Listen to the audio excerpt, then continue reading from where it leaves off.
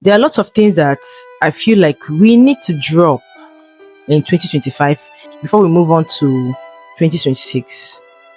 As a bitter feminist, like they like to call us, these things are very, very important.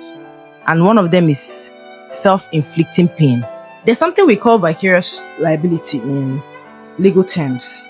It is where one person suffers the consequences of another person's actions.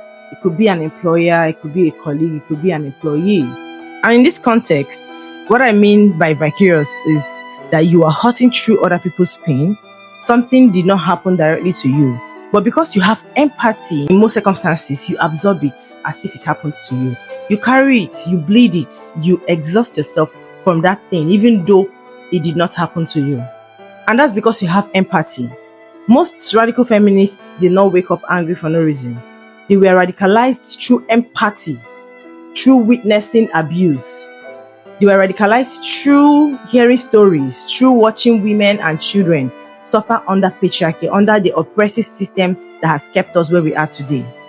That anger, that passion, that fire, that's what they like to call bitterness.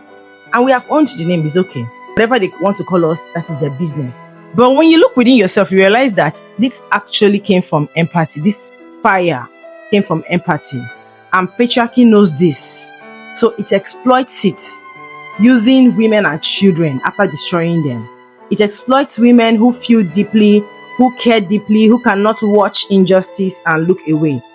It uses your empathy against you oftentimes and turns you into free emotional labor. Now the question is, where do you draw the line?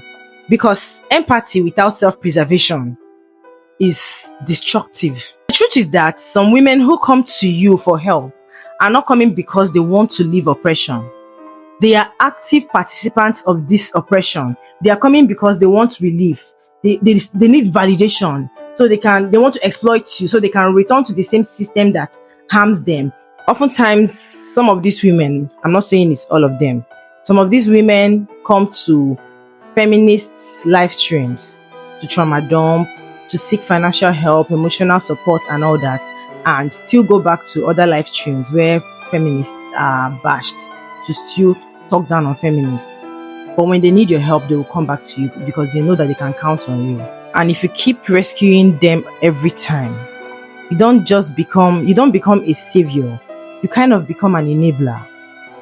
They might even put you in danger. They will throw you under the bus in certain circumstances. They learn that no matter how many bad choices they make, no matter how deeply they reinforce patriarchy, they can always count on you. They can always come back to you, and you will absorb the consequences for them. And if you ever say no, they will gaslight you. That's where you hear a lot of people come on social media platforms to say things like, where are the so-called feminists now? Why are all the feminists silent? These feminists don't care. They hate men. They use emotional manipulation to get you to go back to being exploited. Sometimes you have to accept that label that they've given you. Selfish, wicked, bitter, you're not a girl's girl, whatever it is they want to call you. Wicked, bitter, ugly feminist. Just accept it, because whether you do it or not, they're still going to tag you those names. Own it. It's important that you start owning these names, especially where self-preservation demands it. Except, of course, where a child is involved. The rules can change in that situation. Protect that child.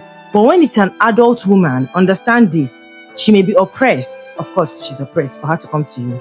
And she may also be actively participating in her own oppression. And also actively participating in making sure that you stay oppressed as a woman. Helping her repeatedly without boundaries can put you in danger. It can drain you, and it can strengthen the very system you are still fighting against.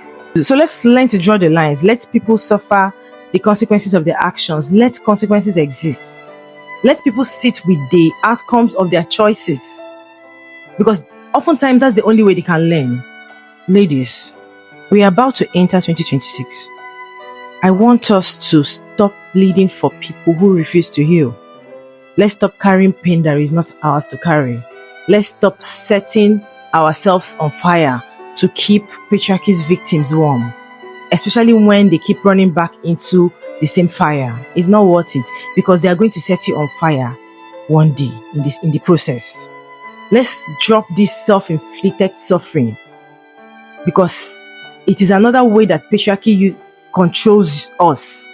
Let's choose self-preservation, because the truth is that at the end of the day, they're still going to call you those names no matter how many good you do for these women. They're never going to appreciate what you did. They will exploit you, go back to the same system and mock you. Please, let's choose self-preservation. Thank you.